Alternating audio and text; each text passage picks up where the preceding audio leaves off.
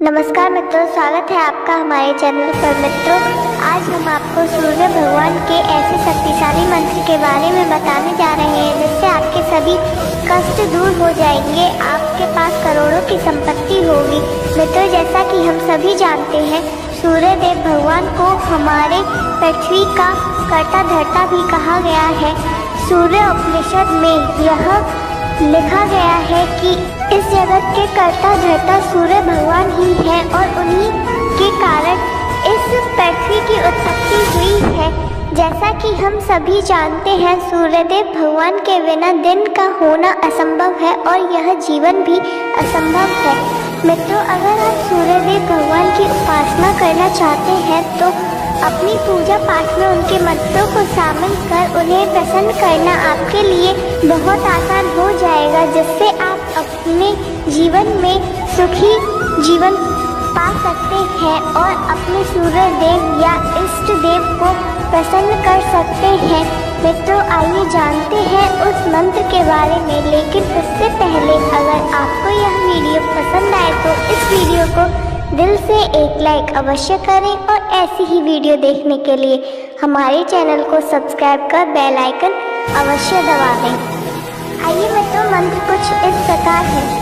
ओम आदित्याय विद्महे दिवाकराय धीमहि तन्नो सूर्य प्रचोदयात्। ओम आदित्याय विद्महे दिवाकराय धीमहि तन्नो सूर्य प्रचोदयात्। ओम आदित्याय विद्महे दिवाकराय धीमहि तन्नो सूर्य प्रचोदयात्। ओम आदित्याय विद्महे दिवाकराय धीमहि तन्नो सूर्य प्रचोदयात्। ओम आदित्याय विद्महे दिवाकराय धीमहि तन्नो सूर्य प्रचोदयात्। ओम आदित्याय विद्महे दिवाकराय धीमहि तन्नो सूर्य प्रचोदयात्। ओम आदित्याय विद्महे दिवाकराय धीमहि तन्नो सूर्य प्रचोदयात्। ओम आदित्याय विद्महे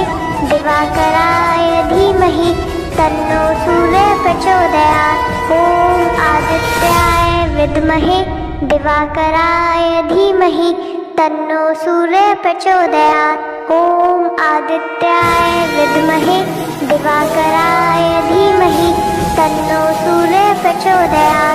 ओम आदित्याय विद्महे दिवाकराय धीमहि तन्नो सूर्य प्रचोदयात्। ओम आदित्याय विद्महे दिवाकराय धीमहि तन्नो सूर्य प्रचोदयात्। ओम आदित्याय विद्महे दिवाकराय धीमहि तन्नो सूर्य प्रचोदयात्। ओम आदित्याय विद्महे दिवाकराय धीमहि तन्नो सूर्य प्रचोदयात्। ओम आदित्याय विद्महे दिवाकराय धीमहि तन्नो सूर्य प्रचोदयात्। ओम आदित्याय विद्महे दिवाकराय धीमहि तन्नो सूर्य प्रचोदयात्। ओम आदित्याय विद्महे दिवाकराय धीमहि तन्नो सूर्य प्रचोदयात्। ओम आदित्याय विद्महे दिवाकराय धीमहि तन्नो सूर्य प्रचोदयात्। ओम आदित्याय विद्महे दिवाकराय धीमहि तन्नो सूर्य प्रचोदयात्। ओम आदित्याय विद्महे दिवाकराय धीमहि तन्नो सूर्य प्रचोदयात्। ओम आदित्याय विद्महे दिवाकराय धीमहि तन्नो सूर्य प्रचोदयात्। ओम आदित्याय विद्महे दिवाकराय धीमहि तन्नो सूर्य प्रचोदयात्। ओम आदित्याय विद्महे दिवाकराय धीमहि तन्नो सूर्य प्रचोदयात्। ओम आदित्याय विद्महे दिवाकराय धीमहि तन्नो सूर्य प्रचोदयात्। ओम आदित्याय विद्महे दिवाकराय धीमहि तन्नो सूर्य प्रचोदयात्। ओम आदित्याय विद्महे दिवाकराय धीमहि तन्नो सूर्यः प्रचोदयात्। ॐ आदित्याय विद्महे दिवाकराय धीमहि तन्नो सूर्यः प्रचोदयात्। ॐ आदित्याय विद्महे दिवाकराय धीमहि तन्नो सूर्यः प्रचोदयात्। ॐ आदित्याय विद्महे दिवाकराय धीमहि तन्नो सूर्यः प्रचोदयात्। ॐ आदित्याय विद्महे दिवाकराय धीमहि तन्नो सूर्यः प्रचोदयात्। ॐ आदित्याय विद्महे दिवाकराय धीमहि तन्नो सूर्यः प्रचोदयात्। ॐ आदित्याय विद्महे दिवाकराय धीमहि तन्नो सूर्यः प्रचोदयात्। ॐ आदित्याय विद्महे दिवाकराय धीमहि तन्नो सूर्यः प्रचोदयात्। ॐ आदित्याय विद्महे दिवाकराय धीमहि तन्नो सूर्यः प्रचोदयात्। ॐ आदित्याय विद्महे दिवाकराय धीमहि तन्नो सूर्यः प्रचोदयात्। ॐ आदित्याय विद्महे दिवाकराय धीमहि तन्नो सूर्यः प्रचोदयात्। ॐ आदित्याय विद्महे दिवाकराय धीमहि तन्नो सूर्यः प्रचोदयात्। ॐ आदित्याय विद्महे दिवाकराय धीमहि तन्नो सूर्यः प्रचोदयात्। ॐ आदित्याय विद्महे दिवाकराय धीमहि तन्नो सूर्यः प्रचोदयात्। ॐ आदित्याय विद्महे दिवाकराय धीमहि तन्नो सूर्यः प्रचोदयात्। ॐ आदित्याय विद्महे दिवाकराय धीमहि तन्नो सूर्यः प्रचोदयात्। ॐ आदित्याय विद्महे दिवाकराय धीमहि तन्नो सूर्यः प्रचोदयात्। ॐ आदित्याय विद्महे दिवाकराय धीमहि तन्नो सूर्यः प्रचोदयात्। ॐ आदित्याय विद्महे दिवाकराय धीमहि तन्नो सूर्यः प्रचोदयात्। ॐ आदित्याय विद्महे दिवाकराय धीमहि तन्नो सूर्यः प्रचोदयात्। ॐ आदित्याय विद्महे दिवाकराय धीमहि तन्नो सूर्यः प्रचोदयात्। ॐ आदित्याय विद्महे दिवाकराय धीमहि तन्नो सूर्यः प्रचोदयात्। ॐ आदित्याय विद्महे दिवाकराय धीमहि तन्नो सूर्यः प्रचोदयात्। ॐ आदित्याय विद्महे दिवाकराय धीमहि तन्नो सूर्यः प्रचोदयात्। ॐ आदित्याय विद्महे दिवाकराय धीमहि तन्नो सूर्यः प्रचोदयात्। ॐ आदित्याय विद्महे दिवाकराय धीमहि तन्नो सूर्यः प्रचोदयात्। ॐ आदित्याय विद्महे दिवाकराय धीमहि तन्नो सूर्यः प्रचोदयात्। ॐ आदित्याय विद्महे दिवाकराय धीमहि तन्नो सूर्यः प्रचोदयात्। ॐ आदित्याय विद्महे दिवाकराय धीमहि तन्नो सूर्यः प्रचोदयात्। ॐ आदित्याय विद्महे दिवाकराय धीमहि तन्नो सूर्यः प्रचोदयात्। ॐ आदित्याय विद्महे दिवाकराय धीमहि तन्नो सूर्यः प्रचोदयात्। ॐ आदित्याय विद्महे दिवाकराय धीमहि तन्नो सूर्यः प्रचोदयात्। ॐ आदित्याय विद्महे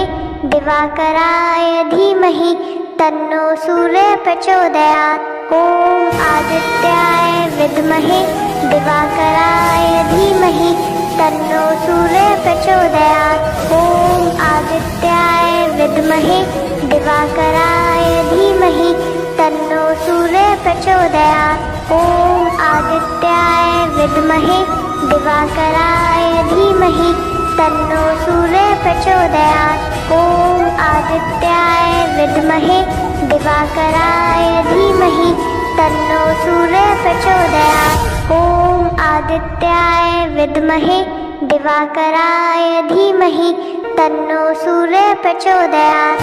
ॐ आदित्याय विद्महे दिवाकराय धीमहि तन्नो सूर्यः प्रचोदयात्। ॐ आदित्याय विद्महे दिवाकराय धीमहि तन्नो सूर्यः प्रचोदयात्। ॐ आदित्याय विद्महे दिवाकराय धीमहि तन्नो सूर्यः प्रचोदयात्। ॐ आदित्याय विद्महे दिवाकराय धीमहि तन्नो सूर्यः प्रचोदयात्। ॐ आदित्याय विद्महे दिवाकराय धीमहि तन्नो सूर्यः प्रचोदयात्। ॐ आदित्याय विद्महे दिवाकराय धीमहि तन्नो सूर्यः प्रचोदयात्। ॐ आदित्याय विद्महे दिवाकराय धीमहि तन्नो सूर्यः प्रचोदयात्। ॐ आदित्याय विद्महे दिवाकराय धीमहि तन्नो सूर्यः प्रचोदयात्। ॐ आदित्याय विद्महे दिवाकराय धीमहि तन्नो सूर्यः प्रचोदयात्। ॐ आदित्याय विद्महे दिवाकराय धीमहि तन्नो सूर्यः प्रचोदयात्। ॐ आदित्याय विद्महे दिवाकराय धीमहि तन्नो सूर्यः प्रचोदयात्। ॐ आदित्याय विद्महे दिवाकराय धीमहि तन्नो सूर्यः प्रचोदयात्। ॐ आदित्याय विद्महे दिवाकराय धीमहि तन्नो सूर्यः प्रचोदयात्। ॐ आदित्याय विद्महे दिवाकराय धीमहि तन्नो सूर्यः प्रचोदयात्। ॐ आदित्याय विद्महे दिवाकराय धीमहि तन्नो सूर्यः प्रचोदयात्। ॐ आदित्याय विद्महे दिवाकराय धीमहि तन्नो सूर्यः प्रचोदयात्। ॐ आदित्याय विद्महे दिवाकराय धीमहि तन्नो सूर्यः प्रचोदयात्। ॐ आदित्याय विद्महे दिवाकराय धीमहि तन्नो सूर्यः प्रचोदयात्। ॐ आदित्याय विद्महे दिवाकराय धीमहि तन्नो सूर्यः प्रचोदयात्। ॐ आदित्याय विद्महे दिवाकराय धीमहि तन्नो सूर्यः प्रचोदयात्। ॐ आदित्याय विद्महे दिवाकराय धीमहि तन्नो सूर्यः प्रचोदयात्। ॐ आदित्याय विद्महे दिवाकराय धीमहि तन्नो सूर्यः प्रचोदयात्। ॐ आदित्याय विद्महे दिवाकराय धीमहि तन्नो सूर्यः प्रचोदयात्। ॐ आदित्याय विद्महे दिवाकराय धीमहि तन्नो सूर्यः प्रचोदयात्। ॐ आदित्याय विद्महे दिवाकराय धीमहि तन्नो सूर्यः प्रचोदयात्। ॐ आदित्याय विद्महे दिवाकराय धीमहि तन्नो सूर्यः प्रचोदयात्। ॐ आदित्याय विद्महे दिवाकराय धीमहि तन्नो सूर्यः प्रचोदयात्। ॐ आदित्याय विद्महे दिवाकराय धीमहि तन्नो सूर्यः प्रचोदयात्। ॐ आदित्याय विद्महे दिवाकराय धीमहि तन्नो सूर्यः प्रचोदयात्। ॐ आदित्याय विद्महे दिवाकराय धीमहि तन्नो सूर्यः प्रचोदयात्। ॐ आदित्याय विद्महे दिवाकराय धीमहि तन्नो सूर्यः प्रचोदयात्। ॐ आदित्याय विद्महे दिवाकराय धीमहि तन्नो सूर्यः प्रचोदयात्। ॐ आदित्याय विद्महे दिवाकराय धीमहि तन्नो सूर्यः प्रचोदयात्। ॐ आदित्याय विद्महे दिवाकराय धीमहि तन्नो सूर्यः प्रचोदयात्। ॐ आदित्याय विद्महे दिवाकराय धीमहि तन्नो सूर्यः प्रचोदयात्। ॐ आदित्याय विद्महे दिवाकराय धीमहि तन्नो सूर्यः प्रचोदयात्। ॐ आदित्याय विद्महे दिवाकराय धीमहि तन्नो सूर्यः प्रचोदयात्। ॐ आदित्याय विद्महे दिवाकराय धीमहि तन्नो सूर्यः प्रचोदयात्।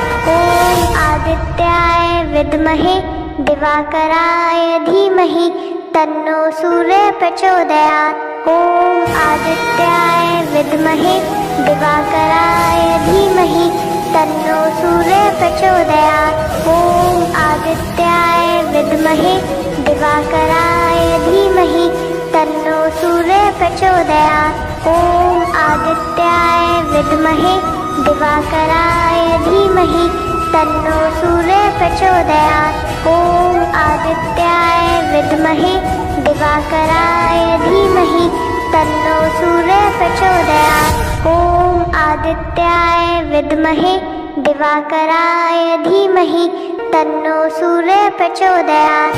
ॐ आदित्याय विद्महे दिवाकराय धीमहि तन्नो सूर्यः प्रचोदयात्। ॐ आदित्याय विद्महे दिवाकराय धीमहि तन्नो सूर्यः प्रचोदयात्। ॐ आदित्याय विद्महे दिवाकराय धीमहि तन्नो सूर्यः प्रचोदयात्। ॐ आदित्याय विद्महे दिवाकराय धीमहि तन्नो सूर्यः प्रचोदयात्। ॐ आदित्याय विद्महे दिवाकराय धीमहि तन्नो सूर्यः प्रचोदयात्। ॐ आदित्याय विद्महे दिवाकराय धीमहि तन्नो सूर्यः प्रचोदयात्। ॐ आदित्याय विद्महे दिवाकराय धीमहि तन्नो सूर्यः प्रचोदयात्। ॐ आदित्याय विद्महे दिवाकराय धीमहि तन्नो सूर्यः प्रचोदयात्। ॐ आदित्याय विद्महे दिवाकराय धीमहि तन्नो सूर्यः प्रचोदयात्। ॐ आदित्याय विद्महे दिवाकराय धीमहि तन्नो सूर्यः प्रचोदयात्। ॐ आदित्याय विद्महे दिवाकराय धीमहि तन्नो सूर्यः प्रचोदयात्। ॐ आदित्याय विद्महे दिवाकराय धीमहि तन्नो सूर्यः प्रचोदयात्। ॐ आदित्याय विद्महे दिवाकराय धीमहि तन्नो सूर्यः प्रचोदयात्। ॐ आदित्याय विद्महे दिवाकराय धीमहि तन्नो सूर्यः प्रचोदयात्। ॐ आदित्याय विद्महे दिवाकराय धीमहि तन्नो सूर्यः प्रचोदयात्।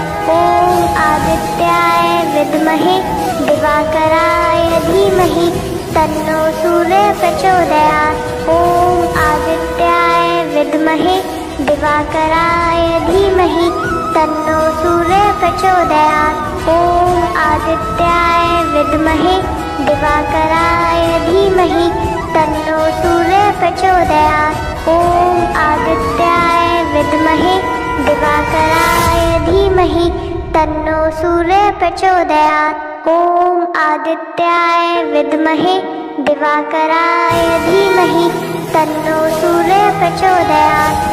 ॐ आदित्याय विद्महे दिवाकराय धीमहि तन्नो सूर्यः प्रचोदयात्।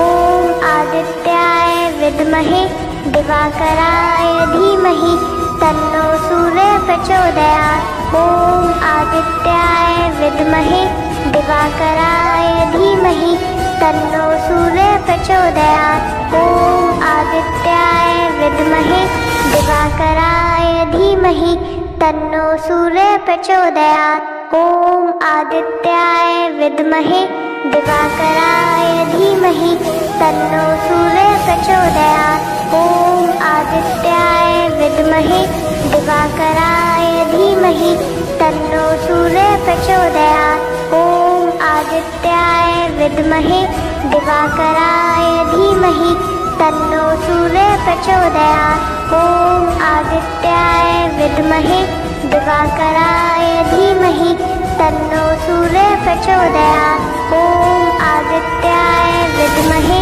दिवाकराय धीमहि तन्नो सूर्य प्रचोदयात्। ॐ आदित्याय विद्महे दिवाकराय धीमहि तन्नो सूर्य प्रचोदयात्। ॐ आदित्याय विद्महे दिवाकराय धीमहि तन्नो सूर्य प्रचोदयात्। ॐ आदित्याय विद्महे दिवाकराय धीमहि तन्नो सूर्य प्रचोदयात्। ॐ आदित्याय विद्महे दिवाकराय धीमहि तन्नो सूर्य प्रचोदयात्। ॐ आदित्याय विद्महे दिवाकराय धीमहि तन्नो सूर्य प्रचोदयात्। ॐ आदित्याय विद्महे दिवाकराय धीमहि तन्नो सूर्य प्रचोदयात्। ॐ आदित्याय विद्महे दिवाकराय धीमहि तन्नो